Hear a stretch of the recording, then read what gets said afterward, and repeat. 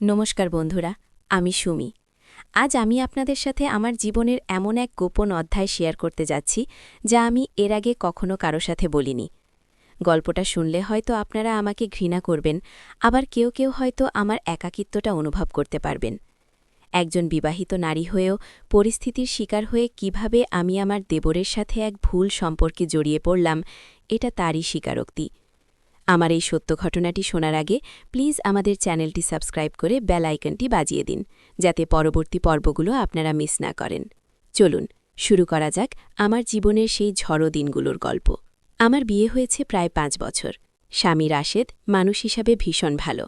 বিয়ের পর 2 বছর আমরা খুব সুখেই ছিলাম, কিন্তু মধ্যবিত্ত পরিবারের অভাব অনটন মেটাতে রাশেদকে পাড়ি দিতে হল সুদূর সৌদি আরবে। রাশেদ যাওয়ার পর থেকে এই বিশাল দোতলা বাড়িটাতে আমি, আমার শাশুড়ি আর আমার দেবর রাহুল। রাহুল তখন অনার্সে পড়ে, বয়সে আমার চেয়ে বছর 4 ছোট। রাশেদ যখন দেশে ছিল, রাহুলের সাথে আমার সম্পর্কটা ছিল খুনসুটির। ও আমাকে ভাবি বলে ডাকত ঠিকই, কিন্তু আমাদের সম্পর্কটা ছিল বন্ধুর মতো। কিন্তু রাশেদ চলে যাওয়ার পর বাড়ির পুরো পরিবেশটা যেন কেমন থমথমে হয়ে গেল।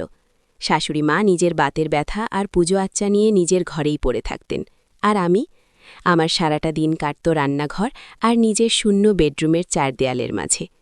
রাশেদ প্রথম প্রথম রোজ ফোন দিত, কিন্তু কাজের চাপে আস্তে আস্তে ফোনের সময় কমতে লাগল। ভিডিও কলে কথা হতো, কিন্তু সেখানে আর সেই আগের রোমান্টিকতা ছিল না, ছিল শুধু সংসারের হিসেব নিকেশ আর টাকার চিন্তা। আমার বয়স তখন 25, শরীরে যৌবনের পূর্ণ জোয়ার। রাতের বেলা যখন বিছানায় একা শুয়ে থাকতাম, তখন শরীরের ভেতরটা কেমন যেন মোচড় দিয়ে উঠত। আমি বালিশ জড়িয়ে ধরে কাঁদতাম, নিজেকে খুব অবহেলিত মনে হতো। রাহুল ব্যাপারটা খেয়াল করত, ও দেখত আমি প্রায়ই আনমনা হয়ে থাকি। আগে ও আমাকে ধাবি বলে ডাকত গম্ভীর গলায়, কিন্তু রাশেদ যাওয়ার মাস 6 পর থেকে ওর আচরণে একটা পরিবর্তন আসতে শুরু করল। ও প্রায়ই আমার রান্নার প্রশংসা করার ছলে রান্নাঘরে এসে দাঁড়িয়ে থাকত, কখনো কখনো কারণে অকারণে আমার দিকে তাকিয়ে থাকত। ওর সেই তাকানোতে আমি এক অদ্ভুত ক্ষুধা দেখতে পেতাম, যা আমাকে অস্বস্তিতে ঠেলার বদলে আমার ভেতরে এক নিষিদ্ধ ভালো লাগার জন্ম দিত। ঘটনার শুরুটা হয় এক বর্ষার রাতে। সেদিন সকাল থেকেই মুষলধারে বৃষ্টি। শাশুড়ি মা বিকেলেই নিজের ঘরে ঘুমিয়ে পড়েছিলেন। লোডশেডিং চলছে সন্ধ্যা থেকে, পুরো বাড়ি অন্ধকার, শুধু জানলা দিয়ে আসা রাস্তার ল্যাম্পপোস্টের আবছা আলো আর বৃষ্টির শব্দ। আমি বসার ঘরে সোফায় বসে অলসভাবে জানলার দিকে তাকিয়েছিলাম। গরমের কারণে আমি খুব হালকা একটা সুতি শাড়ি পরেছিলাম, আঁচলটা ঠিকমতো গায়ে ছিল না। হঠাৎ অনুভব করলাম কেউ আমার পেছনে এসে দাঁড়িয়েছে। চমকে ফিরে তাকাতেই দেখি রাহুল। মোমবাতির আলোয় ওর চোখগুলো জ্বলজ্বল করছে। ও আমার খুব কাছে এসে দাঁড়ালো, এত কাছে যে ওর শরীরের উষ্ণতা আমি অনুভব করতে পারছিলাম। রাহুল ফিসফিস করে বলল, ভাবি, কারেন্ট নেই, একা বসে আছো, ভয় করছে না? আমি শুকনো গলায় বললাম, না, ভয় কেন করবে, তুমি তো আছোই। কথাটা বলার পরেই বুঝলাম আমি ভুল বলেছি। রাহুল মুচকি হাসল, তারপর সোফায় আমার ঠিক পাশ ঘেঁষে বসল। ও এত ঘনিষ্ঠ হয়ে বসল যে ওর হাতটা আমার হাতের সাথে লেগে রইল। আমার শরীরটা বিদ্যুৎ পৃষ্ঠের মতো কেঁপে উঠল, কিন্তু আমি সরে গেলাম না। কেন যেন সেই মুহূর্তের স্পর্শটা আমার খুব প্রয়োজন ছিল। রাহুল আলতো করে আমার হাতের ওপর ওর হাতটা রাখল। আমার শ্বাস দ্রুত হতে শুরু করল। আমি বললাম, রাহুল, কি করছো? মা উঠে যাবেন। রাহুল আমার কানের কাছে মুখ এনে ফিসফিস করে বলল, মা ঘুমাচ্ছে, আর ভাইয়া তো 1000 মাইল দূরে। তোমার এই একাকিত্ব আমি বুঝি ভাবি, তোমার চোখের নিচে কালি পড়েছে, তুমি কি ভাবো আমি দেখি না? ভাইয়া তোমাকে টাকা পাঠায়, কিন্তু ভালোবাসা তো পাঠাতে পারে না। ওর কথাগুলো তীরের মতো আমার বুকে বিঁধল। ও ঠিকই বলেছিল, আমার শরীর, আমার মন সবই তো উপোস করে আছে ভালোবাসার জন্য। আমার এই দুর্বলতার মুহূর্তটাকে রাহুল খুব চতুরভাবে কাজে লাগাল।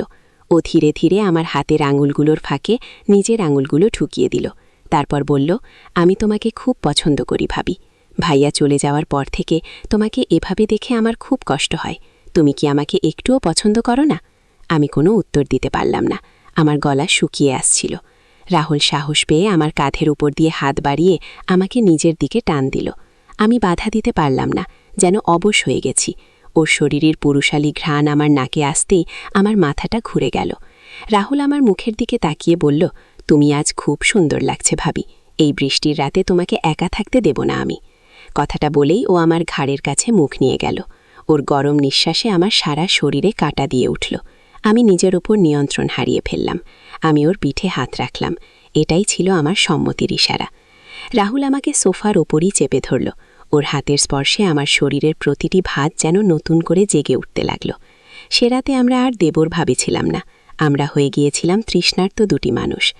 রাহুল আমাকে যেভাবে স্পর্শ করছিল, যেভাবে আদর করছিল, রাশেদ কখনো আমাকে ওভাবে অনুভব করায়নি। রাহুলের মধ্যে এক বন্যতা ছিল যা আমাকে পাগল করে দিচ্ছিল। বাইরে তখনও অঝরে বৃষ্টি ঝরছে, আর ভেতরে আমরা গড়ে তুলছিলাম এক নিষিদ্ধ সম্পর্কের ভিত্তি।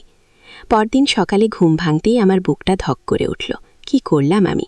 রাশেদের সাথে আমি বিশ্বাসঘাতকতা করেছি। অপরাধ বোধে আমি রাহুলের সাথে চোখ মেলাতে পারছিলাম না। কিন্তু রাহুল ছিল একদম স্বাভাবিক। ও নাস্তার টেবিলে এমন ভাব করল যেন কিছুই হয়নি। কিন্তু দুপুরে যখন আমি রান্নাঘরে ছিলাম, ও হুট করে এসে আমাকে পেছন থেকে জড়িয়ে ধরল। আমি আঁতকে উঠে বললাম, রাহুল ছাড়ো, কেউ দেখে ফেলবে। রাহুল আমার ঘাড়ে চুমু খেতে খেতে বলল, কেউ দেখবে না। আর কাল রাতে তো খুব উপভোগ করছিলে, এখন সাধু সাচ্ছ কেন? ওর গলায় ব্ল্যাকমেইলের সুর ছিল না, কিন্তু এক ধরনের অধিকার বোধ ছিল। ও বুঝিয়ে দিল, এই ঘটনা এখন আর শুধু এক রাতের ভুল নয়, এটা এখন আমাদের গোপন সত্য। ও বলল, তুমি যদি আমাকে দূরে ঠেলে দাও তাহলে কিন্তু আমি ঠিক থাকতে পারবো না। আর ভাইয়া যদি কোনোভাবে শোনে যে আমরা... ও কথাটা শেষ করল না, কিন্তু আমি ভয় পেয়ে গেলাম। একে তো আমার নিজের দুর্বলতা, তার ওপর এই ভয়। আমি বুঝতে পারলাম আমি এক গভীর ফাঁদে পা দিয়েছি। কিন্তু সবচেয়ে ভয়ের ব্যাপার হলো, আমি এই ফাঁদ থেকে বের হতে চাইছিলাম না। রাহুলের ওই স্পর্শ, ওই পাগলামি আমার নেশা হয়ে যাচ্ছিল। এরপর থেকেই সুযোগ পেলেই আমরা এক হয়ে যেতাম, কখনো দুপুরে যখন মা ঘুমাতেন, কখনো রাতে যখন সবাই নিজেদের ঘরে। রাহুল আমাকে নতুন করে ভালোবাসতে শিখিয়েছিল। ও আমাকে বারবার বলতো, ভাইয়া তোমাকে চেনে না, আমি তোমাকে চিনি। রাশেদ যখন ভিডিও কলে কথা বলতো, আমি তার চোখের দিকে তাকাতে পারতাম না, কিন্তু ফোন কাটার পরেই রাহুলের ডাকে আমি আবার ছুটে যেতাম ওর ঘরে। আমাদের এই সম্পর্কটা ছিল ভুল, সামাজিকভাবে এর কোনো স্বীকৃতি নেই, কিন্তু ওই 4 দেয়াল... নমস্কার বন্ধুরা, আমি সুমি। আজ আমি আপনাদের সাথে আমার জীবনের এমন এক গোপন অধ্যায় শেয়ার করতে যাচ্ছি যা আমি এর আগে কখনো কারো সাথে বলিনি। গল্পটা শুনলে হয়তো আপনারা আমাকে ঘৃণা করবেন, আবার কেউ কেউ হয়তো আমার একাকিত্বটা অনুভব করতে পারবেন। একজন বিবাহিত নারী হয়েও পরিস্থিতির শিকার হয়ে কিভাবে আমি আমার দেবরের সাথে এক ভুল সম্পর্কে জড়িয়ে পড়লাম, এটা তারই স্বীকারোক্তি। আমার এই সত্য ঘটনাটি শোনার আগে প্লিজ আমাদের চ্যানেলটি সাবস্ক্রাইব করে বেল আইকনটি বাজিয়ে দিন, যাতে পরবর্তী পর্বগুলো আপনারা মিস না করেন। চলুন শুরু করা যাক আমার জীবনের সেই ঝড়ো দিনগুলোর গল্প। আমার বিয়ে হয়েছে প্রায় 5 বছর। স্বামী রাশেদ মানুষ হিসাবে ভীষণ ভালো। বিয়ের পর 2 বছর আমরা খুব সুখেই ছিলাম, কিন্তু মধ্যবিত্ত পরিবারের অভাব অনটন মেটাতে রাশেদকে পাড়ি দিতে হল সুদূর সৌদি আরবে। রাশেদ যাওয়ার পর থেকে এই বিশাল দোতলা বাড়িটাতে আমি, আমার শাশুড়ি আর আমার দেবর রাহুল। রাহুল তখন অনার্সে পড়ে, বয়সে আমার চেয়ে বছর 4 ছোট। রাশেদ যখন দেশে ছিল, রাহুলের সাথে আমার সম্পর্কটা ছিল খুনসুটির। ও আমাকে ভাবি বলে ডাকত ঠিকই, কিন্তু আমাদের সম্পর্কটা ছিল বন্ধুর মতো।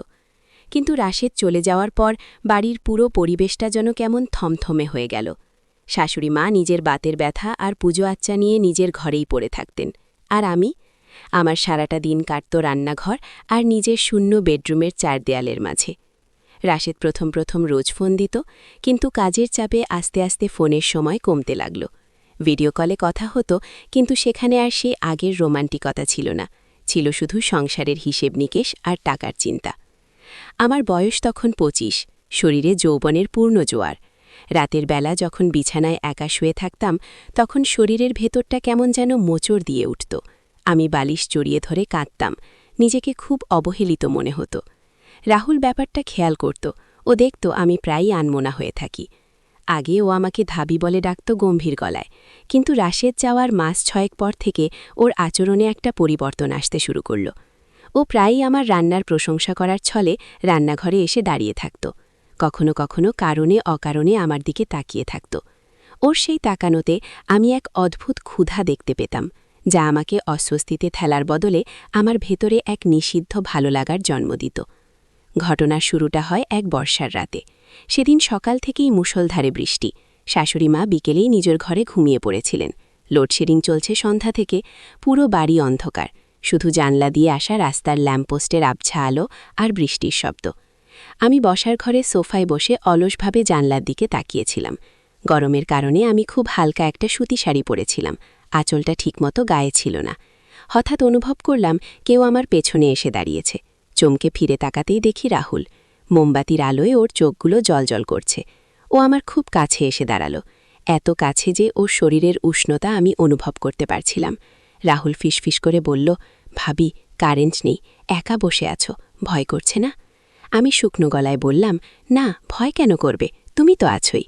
কথাটা বলার পরেই বুঝলাম আমি ভুল বলেছি। রাহুল মুচকি হাসল, তারপর সোফায় আমার ঠিক পাশ ঘেঁষে বসল। ও একটু ঘনিষ্ঠ হয়ে বসল যে ওর হাতটা আমার হাতের সাথে লেগে রইল। আমার শরীরটা বিদ্যুৎ পৃষ্ঠের মতো কেঁপে উঠল, কিন্তু আমি সরে গেলাম না। কেন যেন সেই মুহূর্তের স্পর্শটা আমার খুব প্রয়োজন ছিল। রাহুল আলতো করে আমার হাতের ওপর ওর হাতটা রাখল। আমার শ্বাস দ্রুত হতে শুরু করল। আমি বললাম, রাহুল, কি করছো? মা উঠে যাবেন। রাহুল আমার কানের কাছে মুখ এনে ফিসফিস করে বলল, মা ঘুমাচ্ছে, আর ভাইয়া তো 1000 মাইল দূরে। তোমার এই একাকিত্ব আমি বুঝি ভাবি। তোমার চোখের নিচে কালি পড়েছে, তুমি কি ভাবো আমি দেখি না? ভাইয়া তোমাকে টাকা পাঠায়,